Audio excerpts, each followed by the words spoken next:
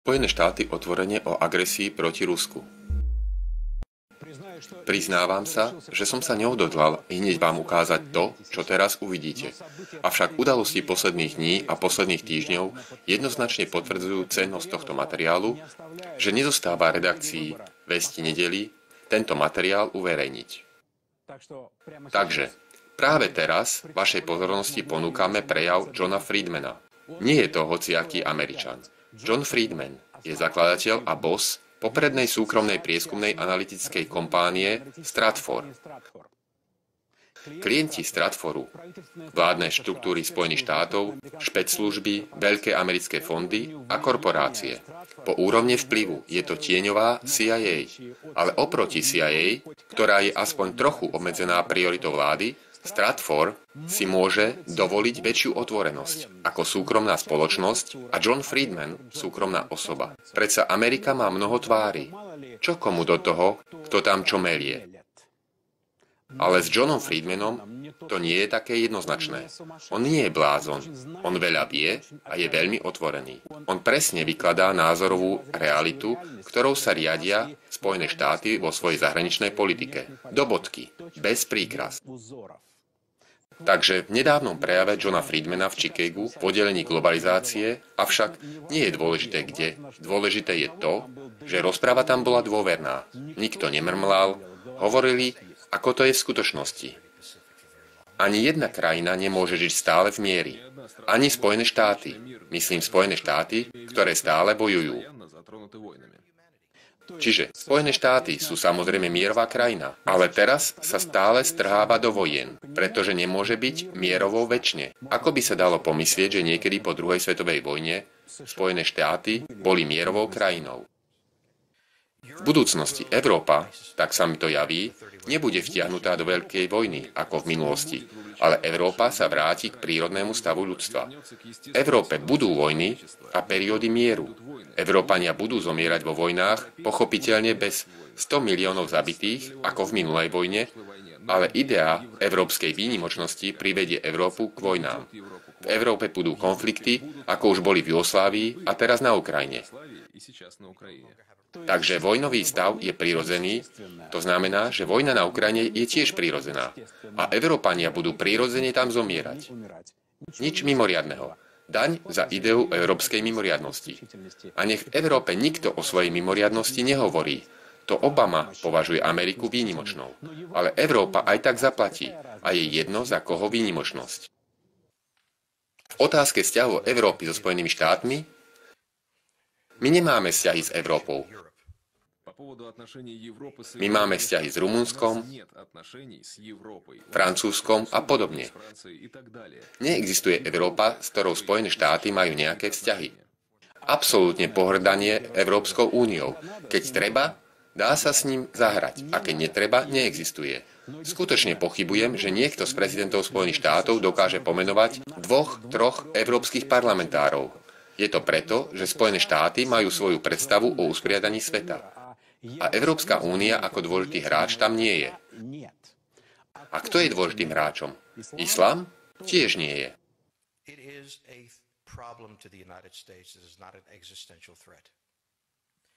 Islám je problém pre Spojené štáty. Ale nie je životu nebezpečný. Treba sa mu venovať, ale s vyváženým úsilím. O nič viac. My máme iné vonkajšie politické záujmy. Hlavným záujmom Spojených štátov v priebehu celého minulého storočia počas prvej, druhej a studenej svetovej vojny bol koncentrovaný na vzťahy medzi Ruskom a Nemeckom. V prípade, že sa spoja, budú jedinou silou, ktorá skutočne bude pre Spojené štáty existenčnou hrozbou. Náš hlavný cieľ je zabránenie ich spojenia. V minulosti sme hovorili, že sladký sen Spojených štátov poštvať Nemecko a Rusko aj po tretí krát. Ale teraz počujeme na vlastné uši od Spojených štátov. Skutočne, rusko-nemecké spojenectvo mení pomer síl vo svete. Ukrajinu navštívil veliteľ pozemných síl v Európe, generál Ben Hodgers. On vyznamenal ukrajinských vojakov vojenskými medailami Spojených štátov, čo mimochodom zakazuje vojenský reglament Spojených štátov vyznamenávať medailami cudzincov. Ale týmto chcel ukázať, že ukrajinská armáda je jeho armáda. My pamätáme, ako Hodgers rozdával ukrajinským vojakom americké pliešky. Týka sa to otázky, či ukrajinská armáda je cudzineckou légiou. Áno, je americkou. Teraz to počujeme aj v Spojených štátoch. Spojené štáty dodávajú zbranie, pušky a iné vojenské materiály do pobaltských štátov, Rumunska, Poľska a Bulharska. Je to veľmi zaujímavá záležitosť. Včera Spojené štáty oznámili o dodávkach zbraní na Ukrajinu. A napriek tomu, že neskôr to bolo vyvrátené, zbranie sa tam dodávať budú. Priamo a cynicky. Vyvrátenie sa nepočíta. A ďalej ešte viac zaujímavé.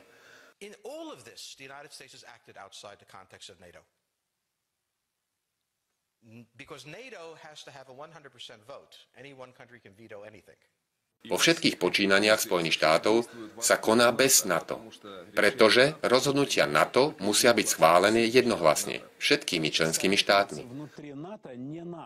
To znamená, že radiť sa z NATO netreba, kašľať na NATO. Keď bude treba bojovať, povieme. A zatiaľ my len pripravujeme vojnu. A nech nezavadzajú.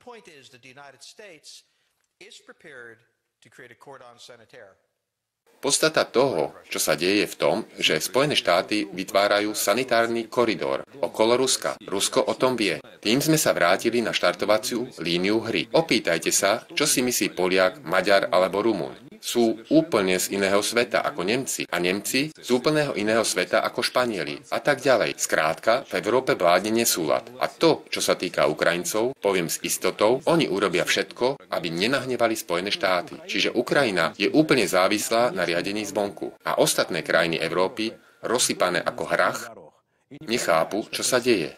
Každý v svojom svete. Amerika je spokojná. Spojené štáty majú pod kontrolou všetky oceány planéty. Nikto a nikdy neurobil toto v minulosti. V dôsledku toho my sme schopní prepadnúť hocikoho, hoci kde na planéte, ale nikto nedokáže prepadnúť nás. Toto je perfektná pozícia. Kontrola oceánov a kozmu, základ nášho vládnutia. Zatiaľ je to len cieľ, ale už prednesený. Najúčinnejší spôsob, ako zničiť flotilu nepriateľa, je nedať mu postaviť svoju flotilu. Britské impérium, aby nepripustilo vznik silnej flotily v Európe, poštvalo Európanov proti sebe. Odporúčam sledovať politiku Ronalda Reagana v Iráne a v Iraku. Reagan podporil obe bojujúce strany, takže oni bojovali proti sebe a nie proti nám. Bolo to cynické a morálne, ale fungovalo to. Ide o bezvýznamnú vojnu medzi Iránom a Irakom. V rokoch 1980 až 1988. Celkové straty okolo 1 000 000 mŕtvych. Ekonomická strata okolo $1 trilióna. Výsledok vojnovo nerozhodne a vyčerpanie oboch. Amerika bola šťastná. Presne také sú aj terajšie princípy politiky Spojených štátov v Eurázii. Spojené štáty nedokážu okupovať celú Euráziu. Ten moment, keď noha amerického vojaka vkročí na teritorium Eurázie, okamžite sa strácame v počte vojakov. My nemôžeme všade zaviesť armádu, ale my môžeme podporovať nepriateľské strany, aby oni sa sústredili sami proti sebe a nie proti nám. My podporujeme ich politicky, finančne, dodáme im zbrane a pošleme im našich poradcov. Spoznávate dnešný Jemen a Saudovskú Arábiu? Aj Ukrajinu spoznávate.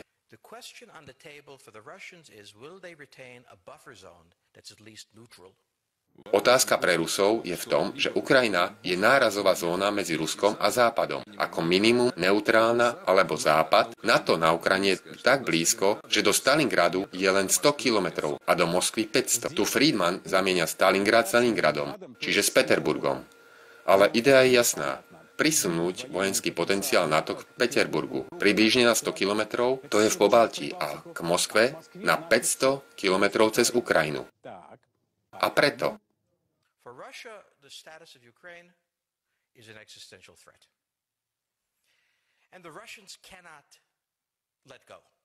pre Rusko status Ukrajiny znamená životu nebezpečnú hrozbu. Preto Rusi nemôžu len tak nechať všetko a odísť odtiaľ. Ale keď Rusko bude pokračovať chytať sa za Ukrajinu, my budeme musieť Rusko zastaviť. Teraz Spojené štáty robia to, o čom nedávno povedal generál Hodgers. Posielajú armádu rýchleho reagovania v Rumunsku, Bulharsku, Poľsku a Pobaltí. Tak pripravujeme úsek medzimoria medzi Baltickým a Čiernym morom. Koncepciu medzimoria vymyslel ešte Pilsudský. Presne, bol taký poľský sníh. snílko. V modernom americkom prevedení je to akoby pas na politickej mape Európy od Čierneho mora do Baltického. Prekážka pre Rusko a Nemecko, oslabujúca oboch. Jeden nedostatok sú Nemci.